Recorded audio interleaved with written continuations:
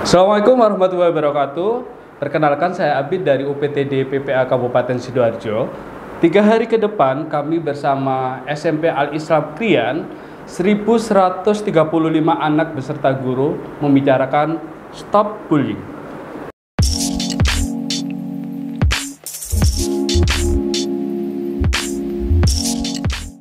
Oke, dewasa ini kita sering mendengar kata-kata bullying, baik di media sosial, cetak ataupun elektronik. Bagaimana dampaknya sih bullying itu seperti apa, dan bagaimana nanti kita menyikapinya. 3 hari ke depan kembali lagi bersama SMP Al-Islam Krian untuk membicarakan hal ini. Stop Bullying.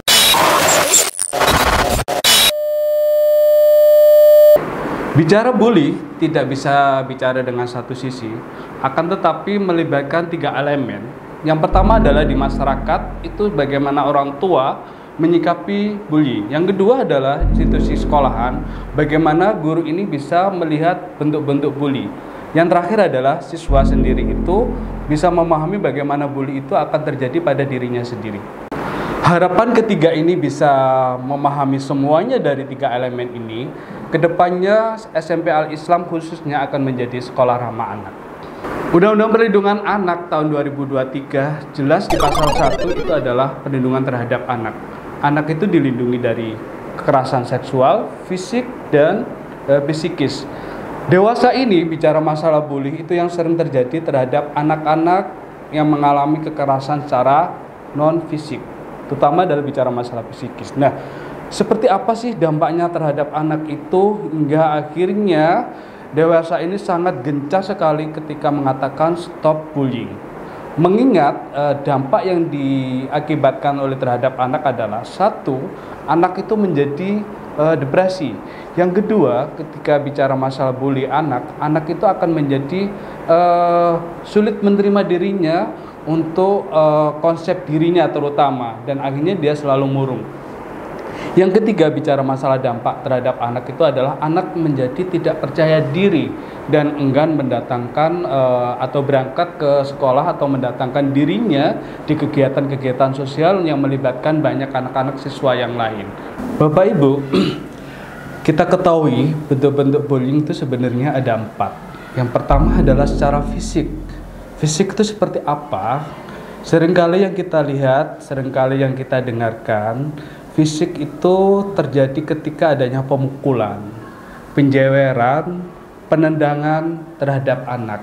Nah, yang kedua adalah bentuk-bentuk bullying, yaitu secara rasional. Biasanya rasional ini yang sering dilakukan oleh para pelaku adalah mengucilkan, mengabaikan, dan mendiskriminasi. Yang ketiga, bicara masalah bentuk bullying itu adalah cybersosial. Cybersosial ini terjadi ketika para pelaku melakukan intimidasi terhadap anak tertentu di media sosial, seperti melakukan posting video mereka ketika lagi dapat ancaman, atau ketika mereka melakukan menulis dengan sengaja mengejek-ejek di korban itu tersebut. Yang ketiga adalah bicara masalah verbal.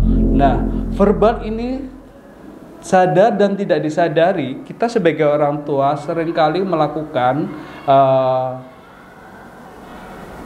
melabeli atau membuli terhadap anak kita sendiri. Contoh ketika verbal itu terjadi pada diri kita adalah ketika kita mengatakan anak itu bodoh, ketika kita mengatakan anak itu tidak mampu, ketika kita mengatakan anak itu cengeng. Itu sebenarnya adalah bentuk-bentuk secara verbal yang terjadi pada diri kita.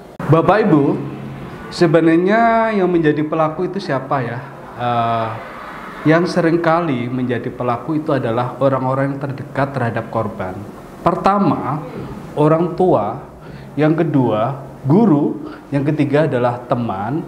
Itu yang sering melakukan atau tidak disadari yang berpotensi menjadi seorang pelaku bullying terhadap anak-anak kita. Bapak Ibu, siapakah yang menjadi korban bully? Biasanya anak-anak. Yang pertama itu adalah anak yang memiliki keistimewaan. Yang pertama, anak yang berprestasi. Yang kedua adalah anak yang pendiam. Ini yang sering kali cenderung menjadi korban bully. Yang kedua adalah anak-anak secara fisik penampilannya berbeda. Semisal anak yang pendek, anak yang tinggi, anak yang kurus, anak yang gendut, atau anak yang memiliki rambut keriting, itu adalah anak-anak yang cenderung menjadi korban bully. Yang terakhir adalah anak-anak disabilitas. Anak-anak disabilitas yang secara fisik mengalami keterbatasan-keterbatasan, itulah anak yang menjadi korban bully.